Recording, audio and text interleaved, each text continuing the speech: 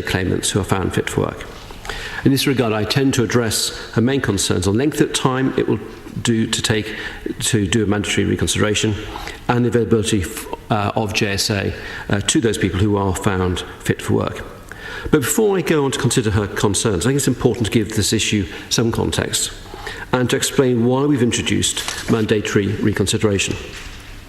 Now, put it at its simplest, the current disputes process does not work for benefits in general and ESA in particular. The introduction of the Employment Support Allowance in 2008, and particularly the conversion of incapacity awards, benefit awards to ESA has, as the House will know, resulted in a high volume of appeals. There were over 500,000 appeals last year. Now, the government has taken a series of steps to improve the WCA process, but we do accept that people will appeal. But the government does not believe it's acceptable to write people off to a lifetime on benefits because they have a health condition or an impairment. Many people with health conditions are able to sustain and progress in employment. Evidence points to the negative impacts of being without work, and that work is generally good for people regardless of whether or not they are disabled. The Department therefore needs to ensure that people currently receiving incapacity benefit and ESA are supported in preparing for a return to work, where some form of employment is a possibility. Claimants are being reassessed using the WCA. This is based on the principle that a health condition or impairment should not be automatically regarded as a barrier to work.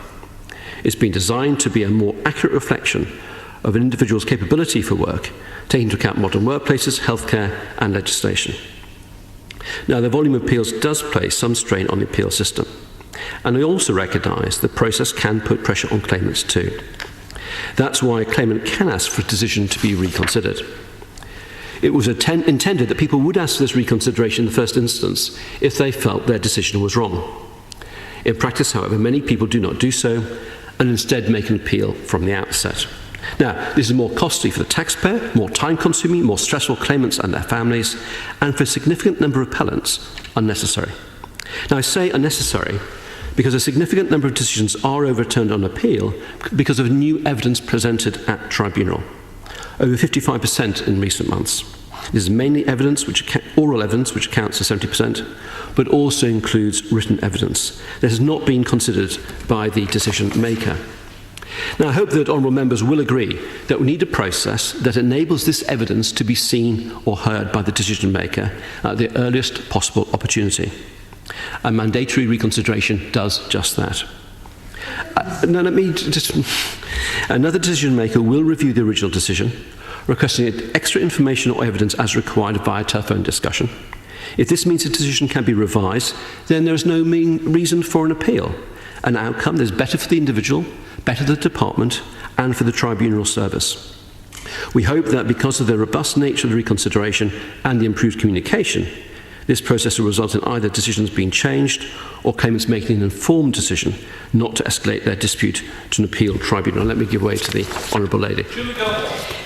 The argument that the Minister frequently makes in relation to appeals and the whole process often relates to this question of whether evidence is or isn't available in the first place. And I have to put it to the Minister that a number of constituents of mine and of a lot of my colleagues say that this information is never actually requested in the first instance. It isn't requested at the time of the WCA, and more of these are being done by paper-based, application-based assessments as well, as I'm sure the Minister is aware. And people discover that, in fact, if they had been asked, we wouldn't have this business of having to look at it later. The Honourable Lady, I think, will look at this matter in some detail. I'm sure she will recollect the comments I've made about this in the past, where we do actually seek further medical evidence from healthcare professionals nominated by the appellant themselves. But the problem, Mr. Deputy Speaker, is a straightforward one. Too often, this information isn't supplied at all by healthcare professionals who we've sought the additional medical evidence for, or if it is supplied, it's supplied late. Too late to be taken into account. And so I think there is a broader responsibility here, where we do seek medical evidence for those who we seek it from to respond quickly and on a timely basis. And again, that would help this process. Now, I want to turn to the specific concerns raised by the Honourable Lady. The first is the time it will take to do reconsideration. Whilst we will not be introducing a statutory time limit for decision makers, I can assure the House that we will have a process geared to timely decision making. Anything less would be frankly unacceptable. We owe it to claimants not to delay their right to exercise their right of appeal. However, the length of time taken will depend on whether the claimant intends to provide new evidence, and obtaining this, as I've indicated earlier, in the context of the first request for further medical evidence, could take some time. And further, whether the decision maker needs to seek further advice on that medical evidence from ATOS. If there's nothing new for the decision maker to consider, then he or she can get on and make that decision. But I want to make this point, that the key here is quality, not speed. There will be no benefit to anyone in rushing through the process, effectively forcing an appeal, then having that allowed as a hearing sometimes later. The new process is aimed at getting decisions right, not simply passing disputes to the tribunal to resolve. But equally, I don't think this is in anyone's interest for it to be an open-ended procedure. We will monitor the introduction of the change for the first 6 months. In April 2016, we look at the times taken and consider whether we have enough information to introduce realistic internal targets. Now, during the mandatory reconsideration phase, when someone is fit for work and they are not in work, they will be entitled to job seekers allowance. Now, I accept that someone who's seeking a reconsideration is likely to protest to the job centre that they are not fit for work. However, that does not rule out entitlement to job seekers allowance. This is even the case where the claimant presents a fit note. Disability employment advisors, trained by specialist staff from the department, will work with those who identify themselves as having a health condition or disability. They will take into account individual circumstances, including any advice given by the claimant's doctor, and will consider placing limitations on the client's availability, or modifying their conditionality. And there's nothing new about this. Now, the Honourable Member has also expressed concerns about claimants being sanctioned whilst on JSA. Let me address this point. To reiterate, the modified conditionality militates against a sanction being imposed. If the advisor has agreed to modify conditionality, then it would be perverse if they took a heavy-handed approach.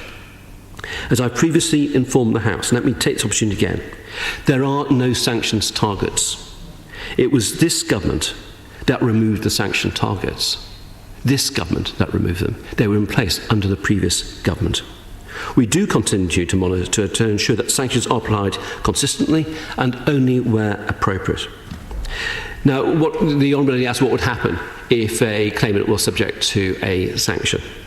And she will know, and I think she may have served on the Delegated Legislation Committee that dealt with this, they can still apply for hardship payments. A health condition or impairment should not automatically be regarded as a barrier to work. In fact, there are many people who do juggle work and a health condition. Yes, these claimants may be disputing their decision, but at that time, they have been through an assessment process and are, in the eyes of the law, fit for work. The appropriate benefit is job seekers allowance, and it's appropriate that we apply conditionality that is tailored to their needs, so we can move them closer to the labour market and hopefully back to work. Now, it's been suggested that we should pay ESA during this period because the standard of decision making on ESA, as evidenced by the number of decisions overturned on appeal. Let me just remind the Honourable Lady of the statistics that demonstrate the quality of decisions made. Between October 2008 and February 2012, of those decisions made which found the claimant fit for work, around 800,000, or about 15%, were overturned on appeal. And she will know from having looked at this that a significant proportion of decisions are overturned at tribunal because of evidence that's been presented at that tribunal, whether written or oral, and that hasn't been seen or discussed with the decision maker. It is this new evidence that is the reason for overturning a decision. And I hope, as I stated earlier, that mandatory reconsideration will enable this new evidence to be discussed at an earlier stage, leading to a decision being revised if necessary, but trying to accelerate the process so we get the decision right first time and right as soon as possible. Yes, of course. Given that the Minister himself has conceded that there are substantial failings in the initial process of the WCA, with the steps he has taken to retrain staff, to bring in outside consultants for further advice, and to bring in other providers, surely the problem is not simply one of new evidence coming to a tribunal, but actually a flaw in the system. I don't agree with that, and I think if the Honourable Lady goes back to the statement I made that my noble friend Lord Freud made in the other place in July, she'll see that's not the case. What we saw with Atos was an issue about the quality of recording of assessments, not necessarily the quality of the assessments themselves. And that's a very different matter. But I will say this to her. We're not complacent.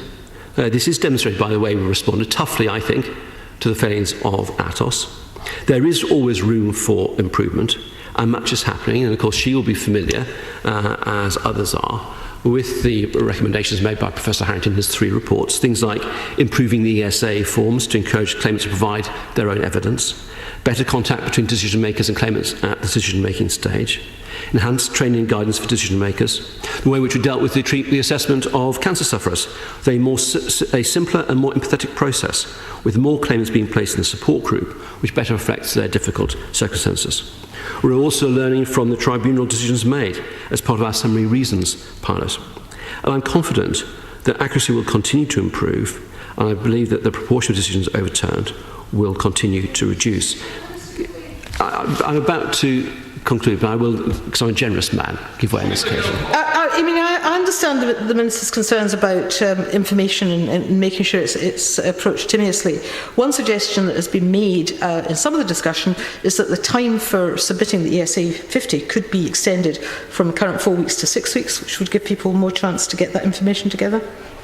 Yes, but I thought that one of the motivations of the Honourable Lady was to accelerate the process, to make sure we get the right decision made as quickly as possible. And actually now she's advocating delay, a longer process, an extra 2 weeks stuck into a process, which I'm not sure actually is in the interests of claimants who are, will have a longer assessment phase, further away from the labour market if they're fit for work. And I do question whether that really is the right approach to simply lengthen the process rather than take steps to improve the process and make it shorter and more effective where possible. As I said, getting the decision right first time has always been our priority, Mr. Deputy Speaker. Now, in conclusion, the aim of what we're seeking to do through the modifications we've introduced is to get the decision right first time. But if claimants believe we have not done that in their case, then I do believe we need a step before we end up at a tribunal to put things right. Mandatory reconsideration will offer claimants that opportunity. It seeks to address 2 concerns: the length of the appeals process and that new evidence can be brought forward which has an impact on a decision. I think it's in the best interest of claimants to introduce this new step.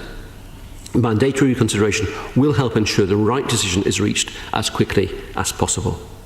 Now, this government is committed to supporting those that are unable to work due to health conditions or disability. But we believe that those that are able to work should receive help into employment to enable them to realise their aspiration of independence and be able to support themselves and their families.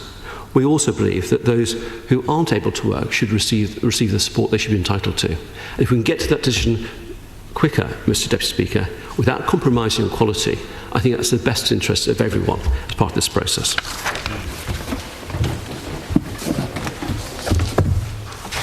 The question